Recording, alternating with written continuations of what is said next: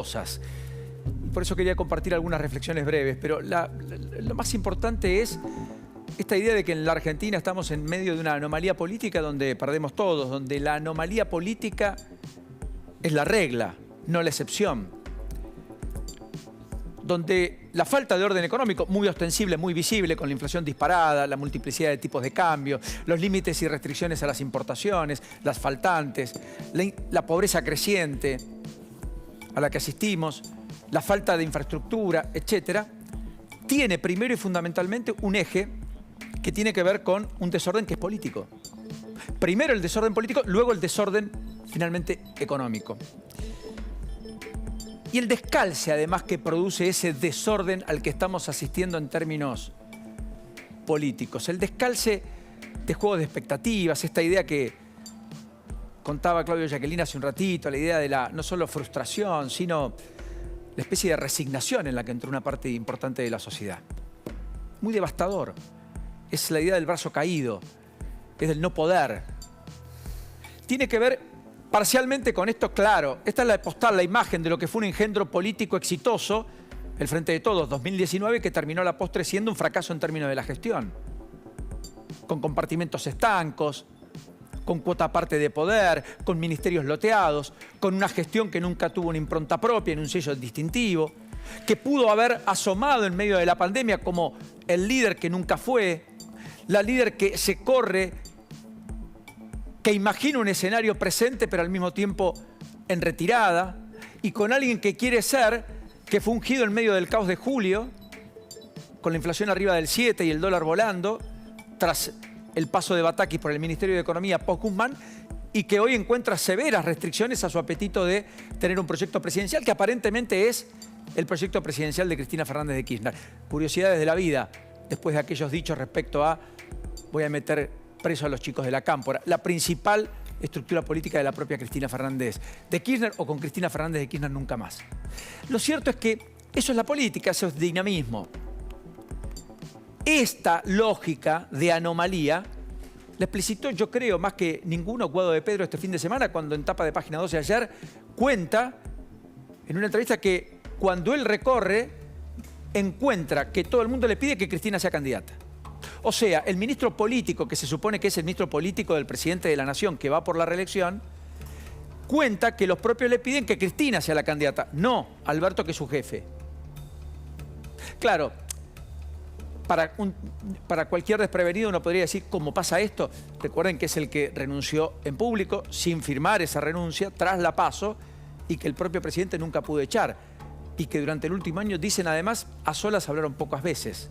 Y ese ministro político, insisto, por excelencia, que maneja la relación incluso con los gobernadores, a los cuales el propio Alberto Fernández intenta recostarse cada vez que puede, habida cuenta de que había dicho cuando asumió que iba a ser un gobierno muy federal, pese a su porteñismo, y a su idea, muy vinculada a la ciudad de Buenos Aires,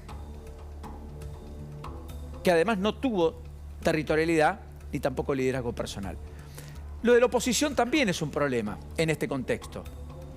Porque ese Juntos por el Cambio, que tiene estas postales y estas fotos de la famosa Mesa Nacional, donde incluye a todos, está discutiendo el liderazgo.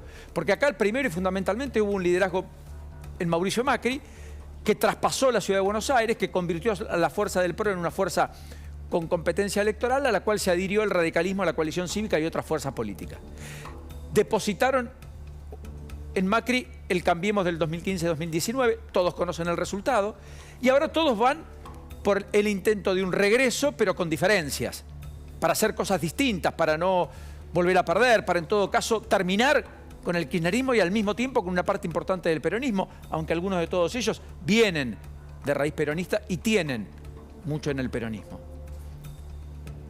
Y en ese contexto también hay una anomalía, porque acá están discutiendo, parecería ser, más que una candidatura presidencial. Son las formas de cómo encarar el próximo gobierno. Se hace con un consenso muy amplio con el 70% de los actores, que incluye al peronismo, aunque no al kirchnerismo, como parece decir Rodríguez Larreta. O se hace con el 50+1, con Milei como aliado, si es que tiene la performance electoral que las encuestas le endilgan, y en consecuencia se va camino a reformas más estructurales que el peronismo no podría validar porque está en su ADN identitario, por caso una flexibilización laboral o algún otro tipo de reforma que incluso atente contra los propios intereses sindicales, que son una verdadera caja de financiamiento en general desde el llano cuando el peronismo pierde el poder. Y después está el enigma propiamente dicho Milei, cuyo armado es todo un enorme misterio, independientemente de las denuncias que empezaron a aflorar respecto a los sellos, los papeles, los afiliados y otras cosas. Está el misterio de qué hará Milei. ¿Tendrá volumen, estatura? ¿Podrá ser un gobierno? ¿Tendrá 1000 funcionarios?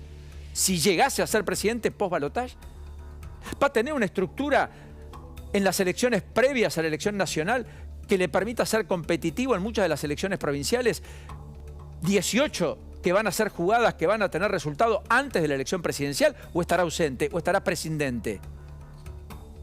¿Es Martín Menem en La Rioja? ¿Es Bussi en Tucumán? ¿Será Omar de Marchi eventualmente, a quien estaban intentando convencer esta mañana aquí en la sede de Uspallata de que no sea candidato a gobernador en Mendoza? ¿Espadas políticas que él pueda mostrar? Provincia de Buenos Aires, ¿es Burlando? ¿Es la Brujita Verón? ¿Quién? En el distrito territorialmente más importante en términos cuantitativos. Ciudad de Buenos Aires, ¿es Ramiro Marra? En Córdoba, ¿tiene expresión política? Estuvo en Bariloche, estuvo en San Martín de los Andes, fue a validar candidato, está intentando demostrar eso, pero hasta acá lo hace caminando por la calle. Dice que las reuniones políticas mucho no le gustan, que habla más de economía que de otra cosa. La hermana tiene el control casi total de la campaña nacional, con críticas no menores de algunos de los que están cerca de Milei. Así que acá también hay un enorme misterio. Como ustedes podrán apreciar, hay misterios, hay interrogantes, hay enigmas que trascienden al oficialismo, que también impregnan a la oposición, como decía Claudio Jacqueline hace un ratito, y generan un contexto de incertidumbre y alta volatilidad mayor al que teníamos. Y entonces en ese contexto es que perdemos todos. Porque está la postal ahí, kilómetro 16, autopista Buenos Aires-La Plata. Pero miren estas 4 placas rápidas para graficar de qué estoy tratando de hablarles cuando hablo de una anomalía política subyacente que explicita una anomalía económica. Esto es la pérdida salarial el año pasado en la Argentina. No hubo estrato social. Son deciles, 10% de la población. El 10% que menos ingresos tiene perdió más del 5% en términos de poder de compra en promedio, con alguno que habrá perdido el 10%. O sea, pueden comprar menos cosas de las que compraban. Todos podemos comprar menos cosas de las que comprábamos el año anterior, en 2021. 4,1 el segundo decil. El 10% que ya alcanza el 20% de la población. 3,4 este decil. 3,2 este, 2,6 el otro. O sea, la mitad de la población argentina, o el 60%, perdió más del 2% en términos promedio poder de compra. Y el 40%, que está por afuera de la pobreza, también perdió el 1,9, el 1,2, dependiendo el estrato. Pero todos perdieron, hasta los que más tienen, hasta los que más ganan, el decil de mayor ingreso de la Argentina. Segunda placa que muestra esto, la explosión de la inflación, que es lo que justifica eso, ya ha hecho que algunas jurisdicciones, 3 particularmente, estén con una inflación al mes de enero arriba del 100%. Hay 3 provincias en la Argentina, entre ellos Río Negro y Neuquén, que tienen una inflación por arriba del 100%. Por eso las paritarias hoy se discuten con 3 dígitos. Panaderos dio un acuerdo adicional para llegar al 102%, por ejemplo. Y todo el mundo que plantea paritarias no quiere saber nada con el 60% de cara al futuro, porque ven esto y dicen, ¿y por qué va a ser tan distinto? Si arrancamos en el 6 y vamos camino otro 6 de febrero que vamos a conocer en 10 días. ¿Cuánto va a bajar? ¿Cuál es el plan de estabilización? Tercera placa, que muestra un poco esta dinámica que tenemos.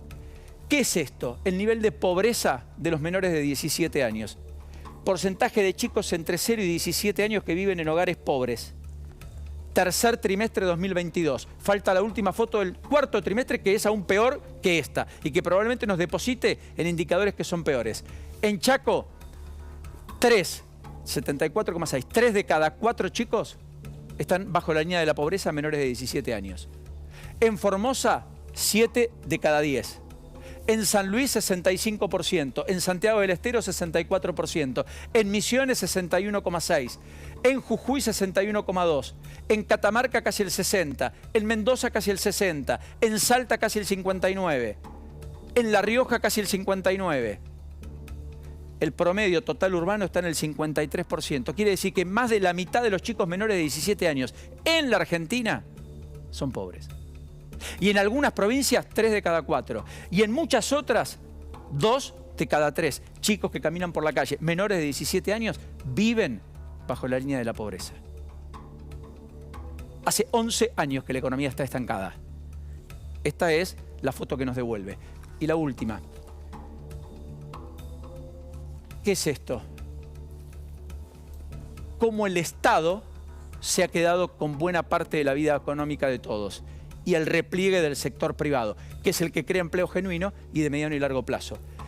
Esta es la tenencia de los bancos, los créditos de los bancos hacia el sector público y el sector privado. En diciembre del 2012, más del 50% de lo que prestaban se lo prestaban a los privados. El Estado absorbía el 20%.